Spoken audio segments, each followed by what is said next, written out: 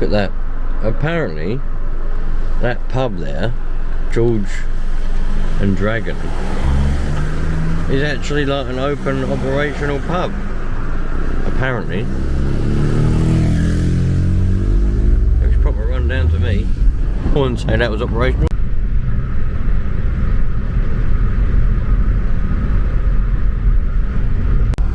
There's that horrible shell garage. A rundown and dysfunctional one. There's a nice gym. Snap Fitness. You know, I've normally on a journey to work for a week, I never ever on any car I've ever had, Land Rover, van, anything, ever go anywhere near half a tank, let alone go below it. But on this little car, I seem to go below half a tank. In fact, I nearly do a full tank in 1 week. It's only Thursday today. You know, so we're only 4 days into the week and I'm already below half a tank of petrol. Yeah, this little car, man, it's I don't understand. And I've only done 137.1 miles since I put the petrol in on Friday last week. Yeah. Small cars, they're not the way to go. I don't care what anyone says, they're not the way to go. Simple as that.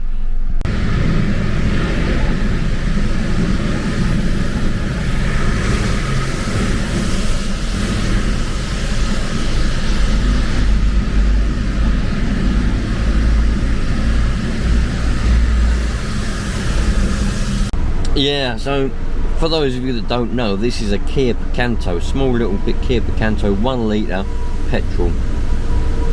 And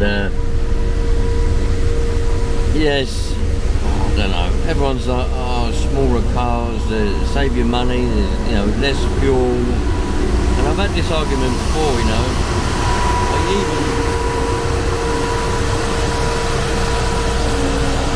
I even did a video when I had the Land Rover Discovery and I was sitting in it, and I did a video where I worked out the costs, prices of using that on the same journey, which is actually close to where I'm working now.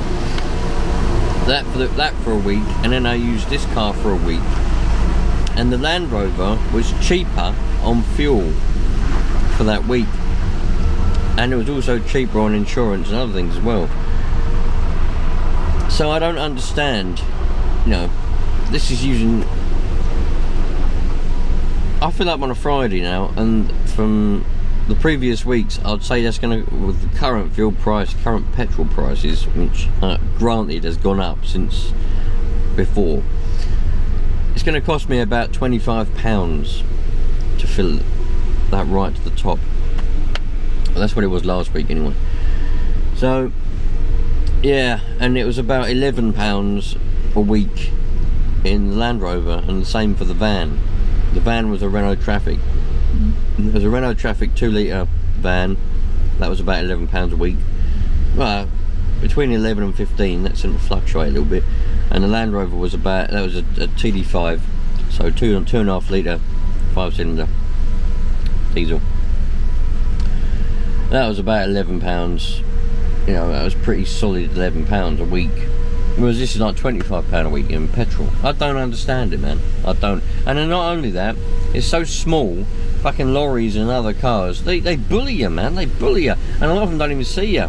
I mean, I'm going down the road and a lorry will overtake me properly, but then it will start to come in and just keeps going. And you have to go in the hard shoulder, or you have to, like, you ain't got enough power to power through it, get past it, and if you brake, you're going to get taken out by the trailer. It's pretty crazy, you know.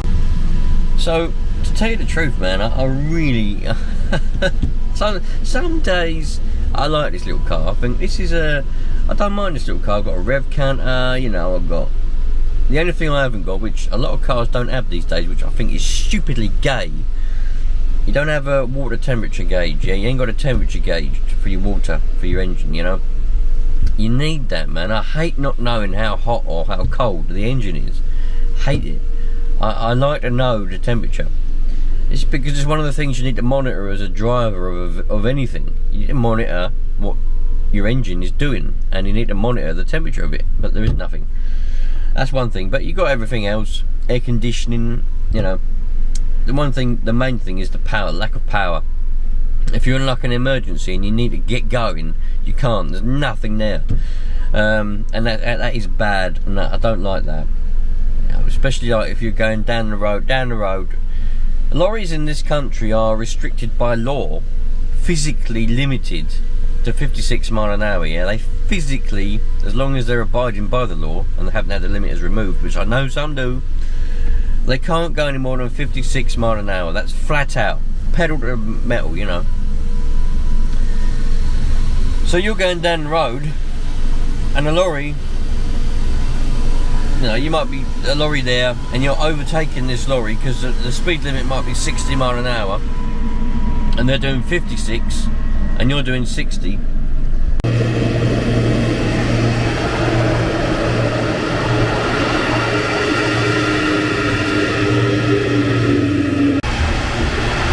Pretty much exactly right. So there you go, you lot. I've got full tank now. It was on a quarter full before I done it. It's 168 miles exactly I done to 3/4 of a tank of petrol. That's crap, total shit, and it cost me £26 to fill it up. No good. So yeah, anyway, as I was saying yesterday, that little bit there was about the fuel, but anyway, as I was saying yesterday, so say there's a lorry doing 56 mile an hour on his left hand side of the road, flat out, and you're coming past at 60, which is flat out in this car. This car will do 70, but it's screaming.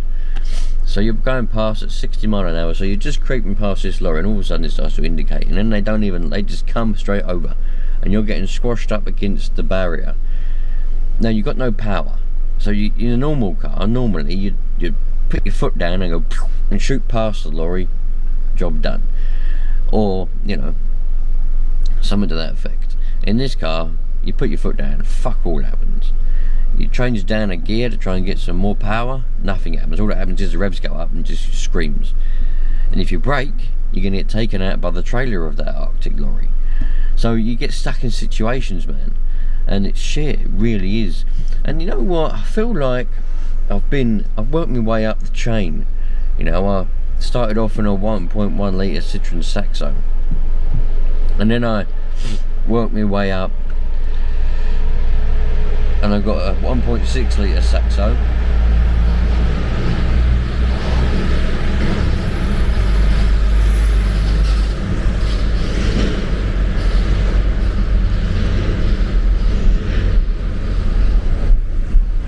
and then from that 1.6 litre Saxo I worked my way up even more. Hold on, I'll turn the light off. I did have a 1.3 litre 106, but then I worked my way up and I got the 2 litre Focus RS. Now I'm working my way up the chain in the cars, you know. And then I got my 1.8 litre Golf, VW Golf, which was brilliant. And then I worked my way up more and I got myself a Land Rover Discovery. And then I got another Land Rover Discovery, but a TD5. The first one was a 300 TDI, this one was a TD5. And then I got myself the Renault Traffic van. So I worked my way up the ladder in the cars, you know. And, you know, I was feeling good about it. And now, I'm back down again in like the shitty part, you know. I'm back down to a 1 litre. And I feel pretty demoted, to tell you the truth. Yeah, so I kind of feel like I've been pushed down the ranking. And yeah, and the thing is, in a small car like this you get bullied a lot. Like, no one ever lets you in. No one lets you in on junctions, no one lets you in on roundabouts in traffic, no one lets you in on a road if you're indicating to come over the lane or anything like that. In the van or in the Discovery or anything, you know, the minute you indicate, you're being flashed to let in. So yeah, I don't know, but I can't work out why this is costing me more money in fuel. Alright, it's costing me less tax, the tax is 0, and the insurance is a little bit cheaper. But why is it costing me more in fuel? It should be costing me less. It's a small little 1 litre engine, it should be less. I don't know. You tell me, you lot with the powerful mathematics, let me know why. Why is this costing me more in petrol than them other ones with a bigger engine, you know, would do 168 miles. This would do roughly 200 miles to a tank. Whereas I could get out of the van, I could get nearly 1,000 miles out of one tank of diesel. And the Discovery would do about 850 miles to one tank of diesel. But yeah, I know I go on about it a lot, but you lot know I'll always support like what I like, and I like a bigger engine. I like the nice cars, not bigger cars, but I like cars like that, you know. And I don't mind small cars if they're alright. If this one, I don't really like how it looks on the outside, to tell you the truth, but we'll ignore that. If this one was good on fuel and it had more power, I mean, I don't know what this is, it's a 1 litre, but I think, I looked on the internet, I was trying to find out, and it says this is 68 horsepower. This can't be 68 horsepower, because you put your foot down, you don't go nowhere. I mean, literally, like, it's just so slow, and it can't be 68 horsepower, it's more like probably 50.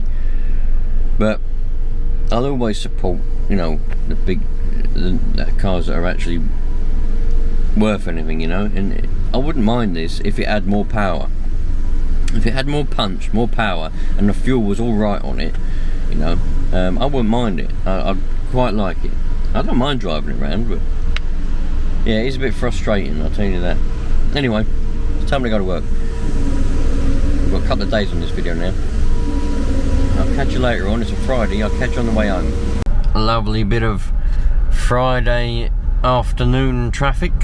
All week's been absolutely brilliant. I haven't have to really even stop, you know, it's just cruising round. But Friday afternoon we've got a bit of traffic, but you expect that because everyone's going home on a Friday. So yeah, we've got a lot of lorries down there, look, all the way down there, a lot of lorries, all foreign lorries.